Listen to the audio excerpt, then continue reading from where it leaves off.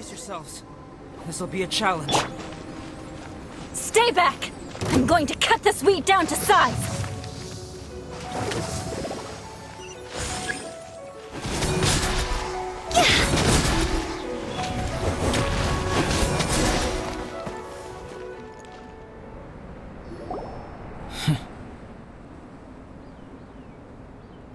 What in the world was that thing? One moment it was human, the next it was a plant! Is everyone alright? We're fine. But can you please tell us what's going on? I don't understand. I take it this monster is whom I had the pleasure of meeting last time. Correct. As you might have guessed, this is a mutated whopper flower. An extremely rare kind. But can whopper flowers turn into humans? Not typically. But conditions on Dragonspine are far from typical. Perhaps the dragon's blood seeped into the land, then was passed to the monsters via the ley lines, accelerating their rate of mutation. How could that happen? This mountain is home to the remains of Durin, the venomous dragon. If there is anywhere in the world one might expect life to do unfathomable things, it would most likely be here. Durin was an artificially created life form. Its existence is nothing short of a miracle, and proof of countless possibilities. In other words, this mountain we stand on is a cradle of life's profoundest mysteries. A vast and terrifying hotbed of possibilities. The avalanche. It must have been the work of this imposter. Agreed. All the other troubles you faced on the way down could also have been its handiwork. My guess is that it was targeting everyone that I've had contact with. Right, I forgot all about that. It's not inconceivable.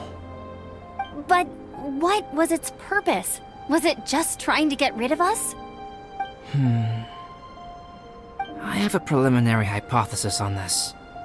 Whopper flowers are masters of mimicry, and those we encounter in the wild often appear in the vicinity of the plants they impersonate. In other words, the whopper flower likely has an instinct to replicate and replace. As a plant, it will disguise itself as another plant and infiltrate the group, hiding among them for cover. The plant being imitated has no way to detect or fight back against this behavior. But when it disguises itself as a human... It wanted to replace you and infiltrate our group? Yes. Maybe it created the avalanche to get rid of us. I predicted this eventuality, so I availed myself of the avalanche to hide and lure it out. It was watching us the whole time, and when it saw that I had disappeared, its instinct was to take my place.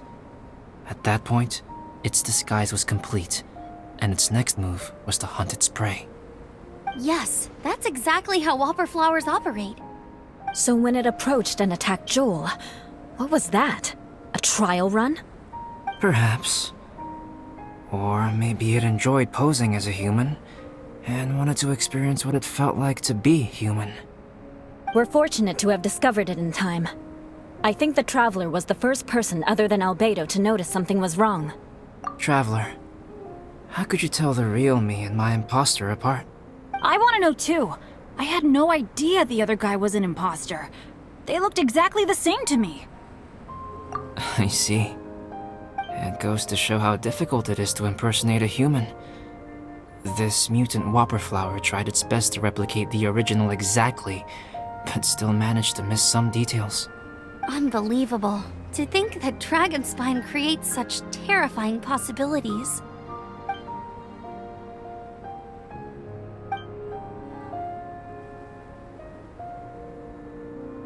Anyway, at least we won in the end. It looks like my method did work after all. I used up all the bad luck, and the good luck finally came through. About that. If you're referring to having fallen down the mountain and avoided injury, well, that's because I was secretly protecting you. Huh? Well, that still counts as good luck to me. Yes, that's not an unreasonable way of looking at it. Okay. We've been delayed long enough. Time to move on. Yeah, let's go!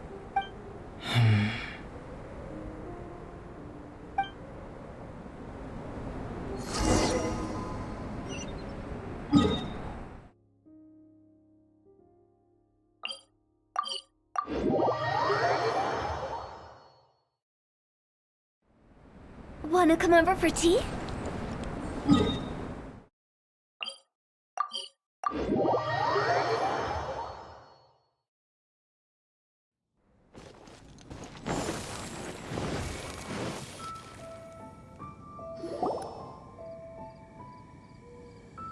Woohoo! I'm back! Cyrus doesn't seem to be here. He must have headed up the mountain. Let's wait for him here. Amber, are you feeling better? Yep, all good now. Nothing to worry about. I don't know what I'd do without you guys. If not for you, I'd probably still be locked up in that cage. I really want to thank you all properly, but I can't think how at the moment. Huh? You must be pretty used to being on the receiving end of people's kindness by now, though, surely. You probably need it often enough given your situation. Come on, don't put it like that. Sure, plenty of people have shown me kindness before, but that doesn't mean I will ever take it for granted. No matter how many times people help me out in life, I will never forget any of them. Well, instead of repaying those who helped you, perhaps you could help others yourself. Everyone meets others in need from time to time. By choosing to be there for them, you're passing the kindness you received on to others. Yup, you're right. That's what I've always tried to do, and will always continue to do. Right. And when Cyrus gets back, I'll find some way to help him out too. This has been quite an eventful day. Yeah, it has. It's really hit me how tired I am now that I've started to relax. I need to rest. Everyone, please excuse me for a while. Yeah, I need to get some water and maybe a piece of fruit. Once I'm rested up, I need to get back to being an instructor again. Well, it looks like the curse of the mountaineers who couldn't get off the mountain is finally broken. Feels like an action-packed chapter has come to a close. Shall we find somewhere to rest and chat too? Why not? Then please, come with me. You sensed something too, didn't you? Then let's go. Huh? Are you going back to your camp again? Paimon thought maybe we could talk here. Okay. Might as well come with you. Good. Shall we set up?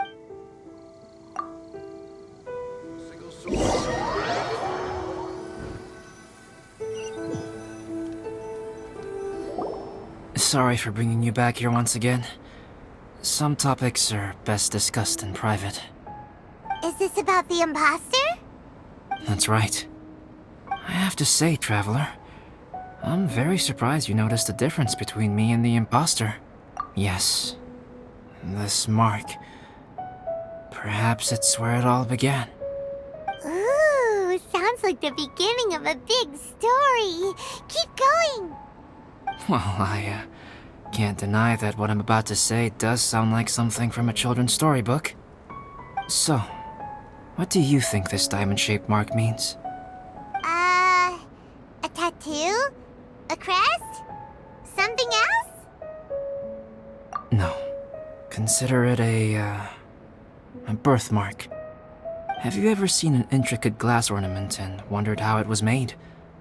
Well, one method for crafting with glass is a technique known as glass blowing.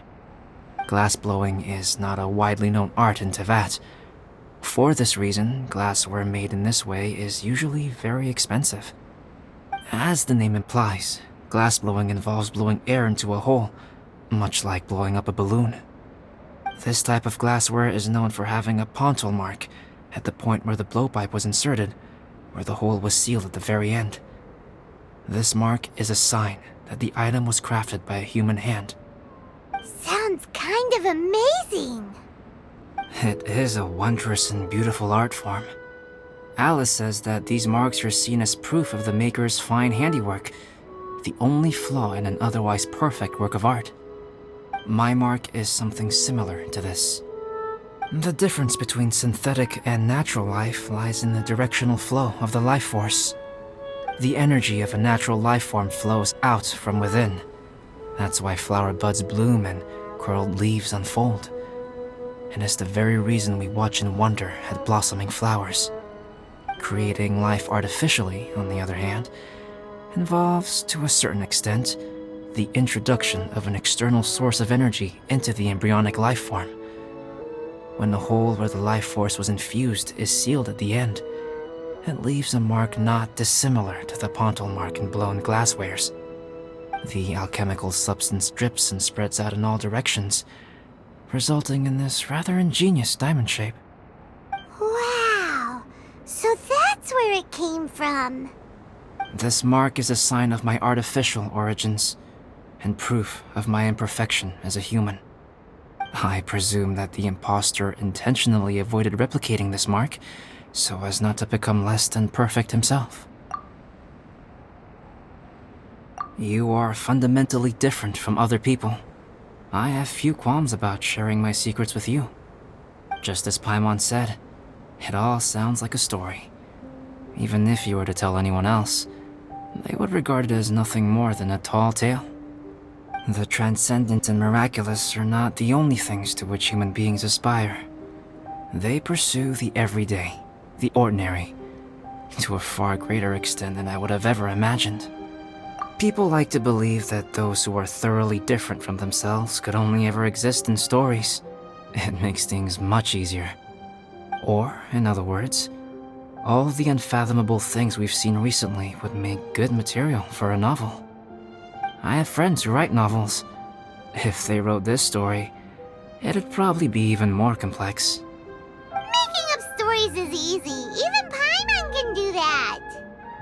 Oh, I didn't know you had that kind of talent. Paimon's the best guide into that. Making up stories is a piece of cake. In that case, how about we have a storytelling contest? We can base our stories on the events of the last few days. Sounds great! But we still have to help out the Adventurers Guild. I understand. Creativity is something that cannot be rushed. Take your time, and come back when you have found some inspiration. We'll see whose story is more compelling. Deal! Okay, we'll regroup with the Adventurers Guild for now. Sure.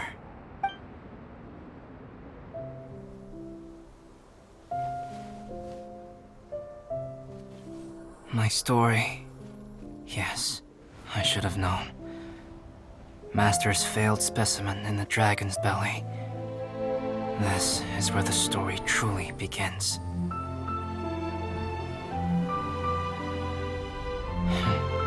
If we switched places, if you were the survivor, then as the abandoned experiment, the failure of the primordial human project, I'd want to replace you too. I would replicate your appearance, study your alchemy, and create miraculous life forms to divert your attention. I would wait for the right moment, then dispose of you in the Traveler, the sole person to have known your secret. And then, I could finally experience the joy of being brought into the world.